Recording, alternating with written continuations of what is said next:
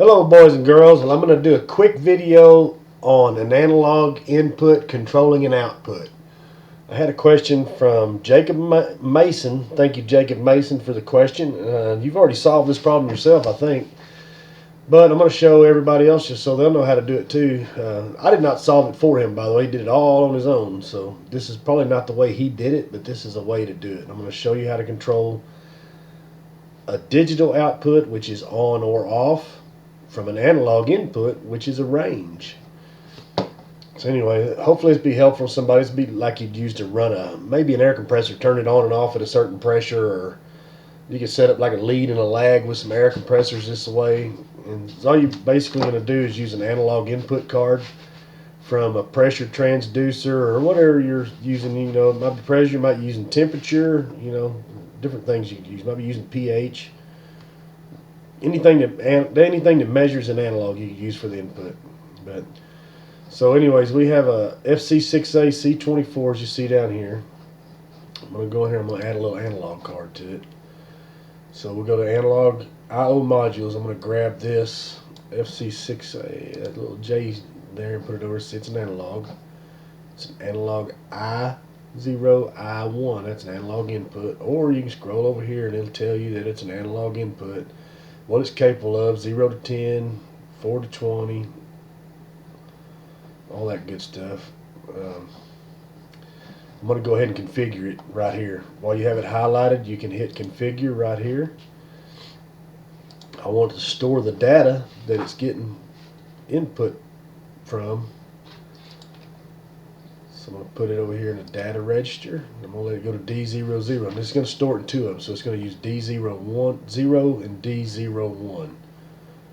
And you can call it something or whatever you want to, but I'm going to use D0.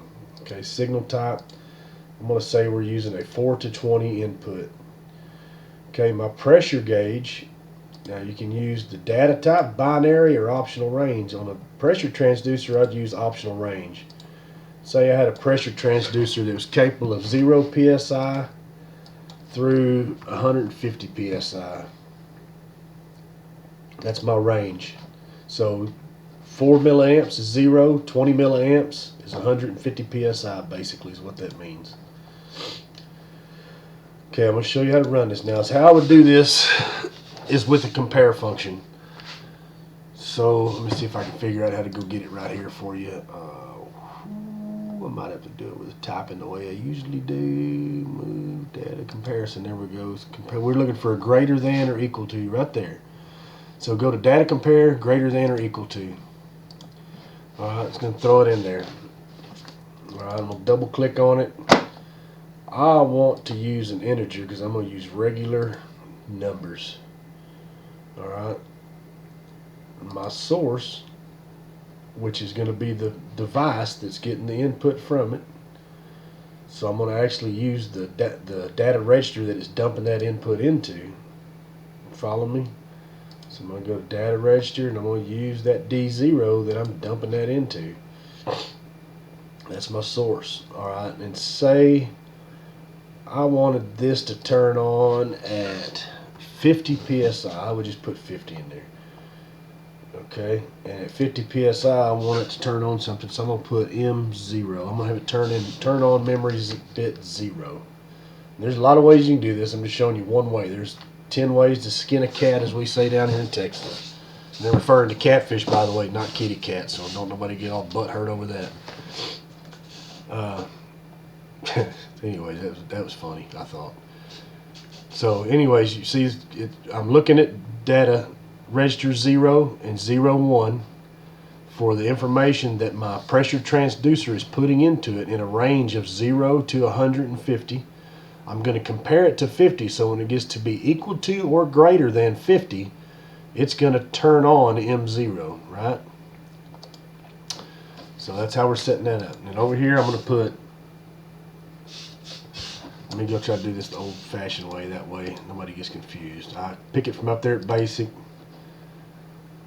Alright, we're going to call it, I'm going to try to do all this. This is kind of the slow way. I think, a couple of the quick key ways to do this, but we're going to do it this way so people can see exactly what I'm doing, because when I'm typing you can't see my keyboard.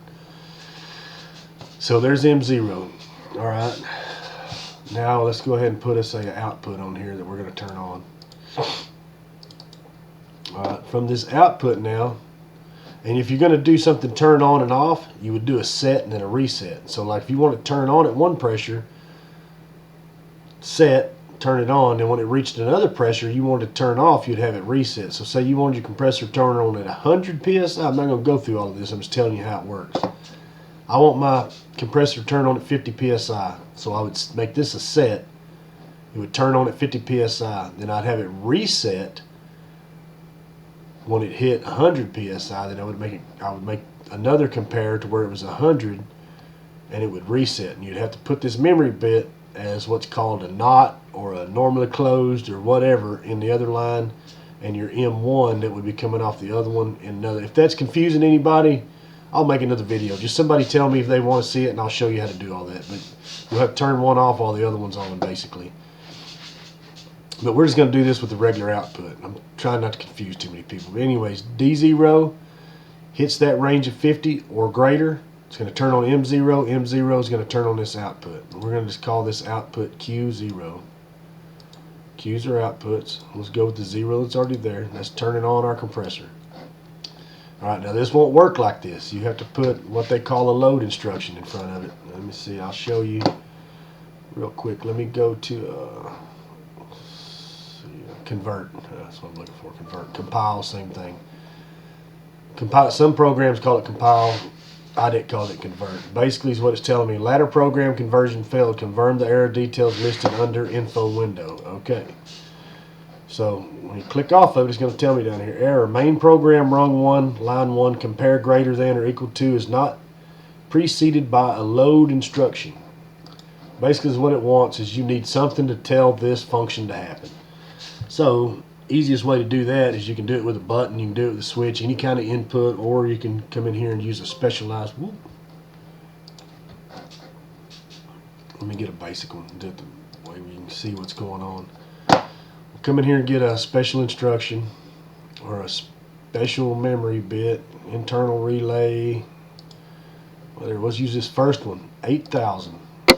Okay, so what 8,000 is when this PLC is in run, that 8,000 is on. When this PLC is not in run, then that 8,000 is not off. So as long as this PLC is powered up and in run, it's going to execute this command right here. Okay, let's save that, and I'm going to show. We're going to go into. Let's just save it as. We'll save it as analog, just for a place to save it. Okay, now let's go over here. We're going to go to simulate. We'll make this thing work. All right, I showed in another video. When you go to simulate, you're going to have to go to online to get anything to work. Get you a new custom monitor. This is how you change your inputs and outputs down here, right?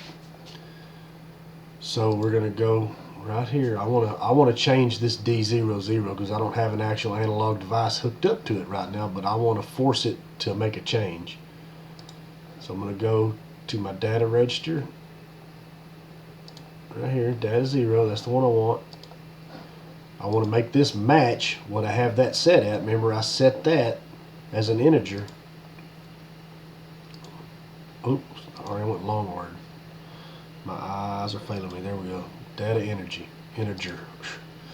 Okay, see it's at 0 right now, and you'll notice when I change this, it changes D0 to 3, whatever I put in there. Okay. So if I go to 45, changes D0 to 45. All right, let's see what happens when I put 50 in it. See, it turned on M1, it turned that into a 1, and I've explained before, 0's off, 1 is on in a digital bit. So that turned that to on or true, which turns this on. Now Q0's on. Alright. 49 turns back off because it's below 50. That was my range up there, 0 to 150. Alright, if I go to 100 psi, it's going to be on. Right? 49 off. Anything below 50, it's on. And equal to or greater than means at 50 it turns on, and anything above 50 it's on. If I were to make this an equal to function, you got to remember an equal to is only on at 50. It goes to 51, it's not going to be on anymore. So if this were a compare that was equal to only, not greater than or equal to, at 50 psi it would come on, but at 51 it'd go right back off. So if you got to keep in mind how these work. They're very simple. Play around with them, and I promise you'll learn them pretty fast. Compare functions are really, really simple, and they are really, really, really useful in a lot of programs. I hope this helps a lot of people. If you have any questions, let me know. If you want me to do a full program on a start and stop off of this analog input, I'll be happy to. It's taking me a while to get back to videos here lately. I've been pretty busy at where I work, so I need to get back on the bicycle and start doing this more. So spur me along. If you need help, please let me know. And I'm sorry if I miss your messages sometimes. They get buried in YouTube somehow, and I'll see them sometime later. I do apologize for that. I'm trying to keep up with them. Anyways, like and subscribe to my channel, and keep the questions coming. I'll keep trying to help you if I can. And hey, teach me some stuff you can. I had a guy the other day that schooled me up on hexadecimal, and I don't know I'm not real good with all the hexadecimal stuff, and I do appreciate the help. I like learning things too. So anyways, y'all have a good one. If you need anything, let me know. Thanks.